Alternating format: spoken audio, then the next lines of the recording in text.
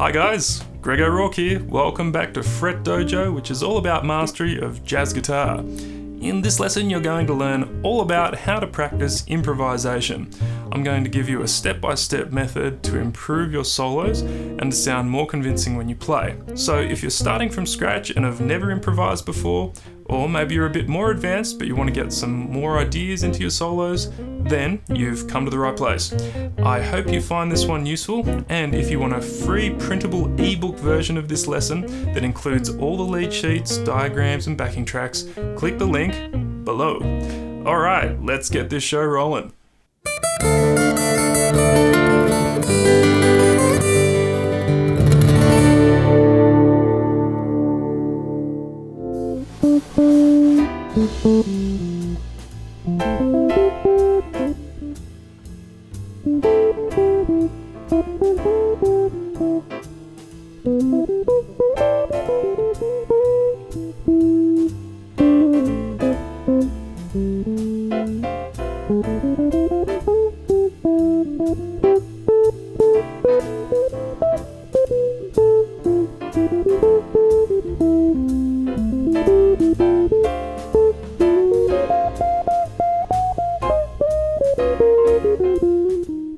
So improvisation is one of the core skills of a jazz musician, of course, but it's the main thing that students struggle with. I've noticed students that have come to me over the years for lessons and people approaching me at the moment for Skype lessons.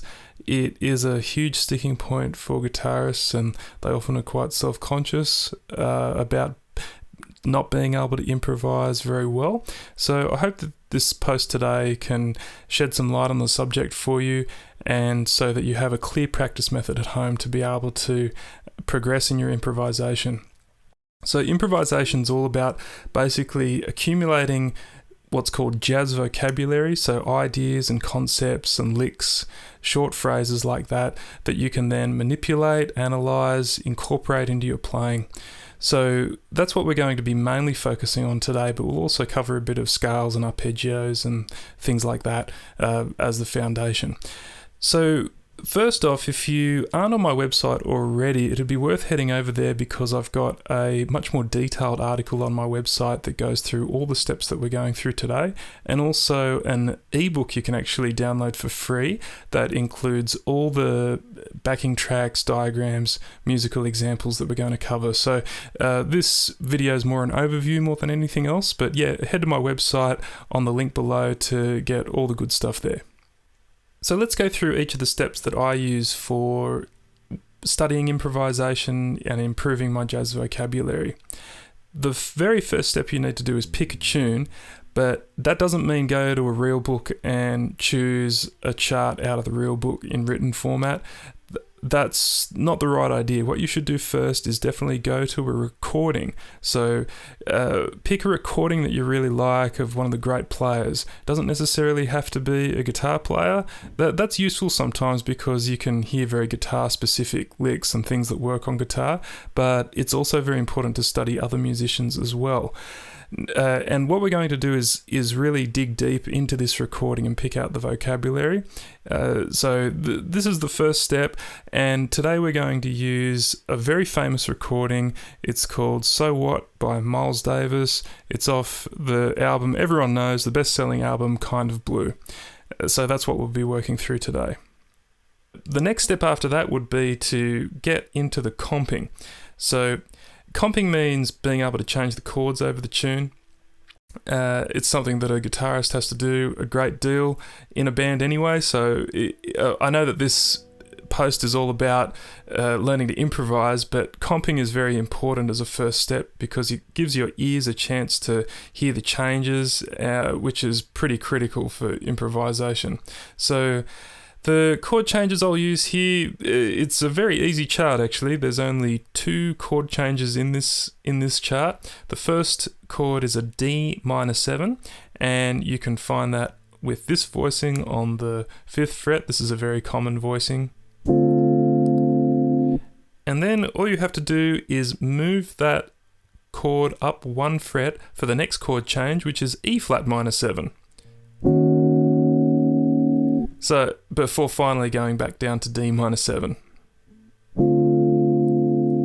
So yeah, harmonically, it's pretty straightforward, this chart. So I'm sure you'll have no problems there.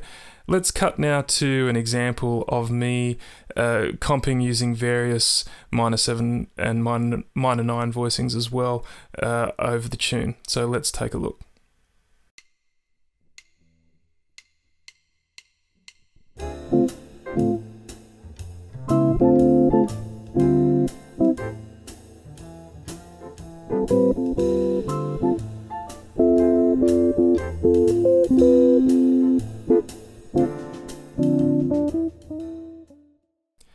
Alright, so we've got our chord changes under our fingers.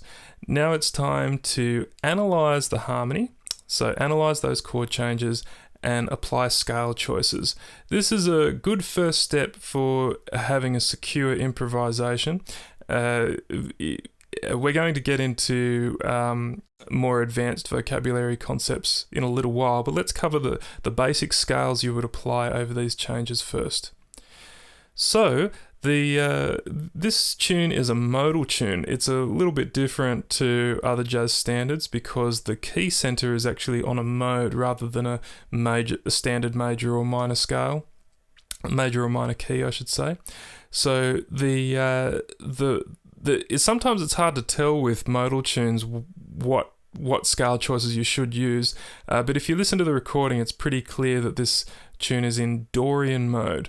So over the first minor 7 chord, the D minor 7, what works really nicely is a D Dorian scale, which I'll play to you now.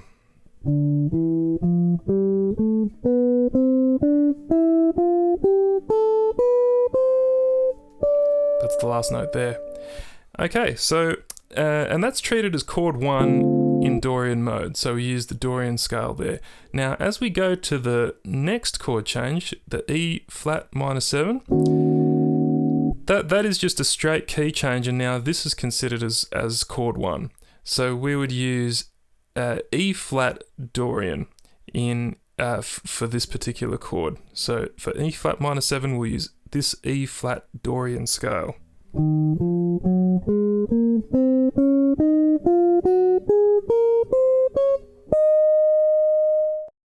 The thing is, this won't sound very jazzy yet because we haven't got any vocabulary. This is just like the blank canvas to the painting. But let's cut to an example now where I'm soloing, specifically trying to stay only with that Dorian scale. So not trying to do anything too tricky yet, just playing bits and pieces of the scale up and down and getting familiar with that pattern. This is a really good way to establish a basis for your improvisation.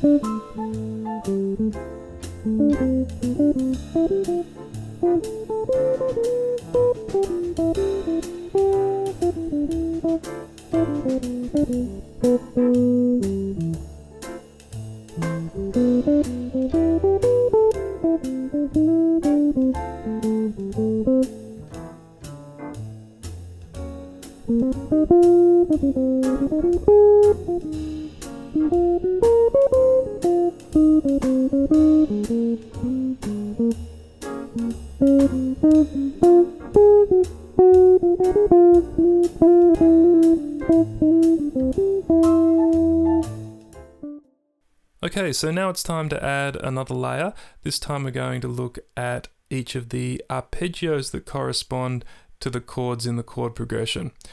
This is very simple. Each of the chords are minor 7 chords, so we just need to use minor 7 arpeggios. So here's an example of how you could play a D minor 7 arpeggio.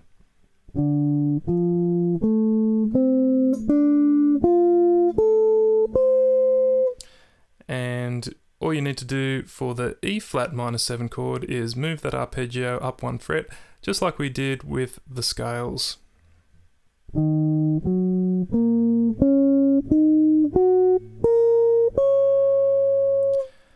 Okay, so as an exercise, try to improvise now just with the arpeggio. rather than the scale. Now, it's hard to, think up amazingly creative things with such a limit like that, but it's a really good way to get familiar with that arpeggio pattern. I'll play you an example now of what that would sound like. We'll just stick to one position of the arpeggio, but if you look at that post on my website, you'll be able to see how to play that arpeggio over all areas of the guitar neck. Okay, so let's have a look at this now.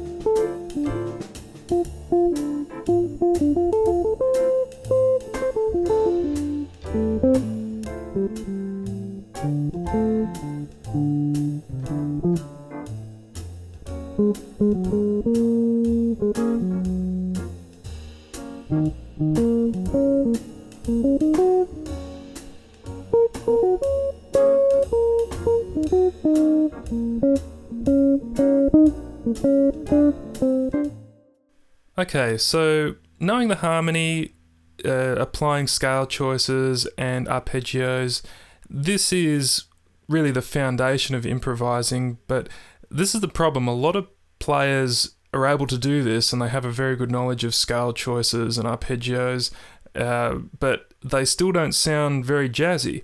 The reason is they haven't learnt any jazz vocabulary yet. Now, that really is the key for improvising. The scales and arpeggios, in the end, they're just a fallback, and they kind of link ideas together. They're nothing more than that. So if you are improvising only thinking in terms of scales and arpeggios and so forth, that won't get you very far. That's just a very basic level of understanding. So what we'll do now is we're going to cut to an example of me transcribing. So because transcribing is really the key to being able to improvise better. So we're going to take the original recording of So What. We're going to go on the lookout for some licks and phrases and concepts that might be helpful that we can incorporate into our own playing. So let's do that now.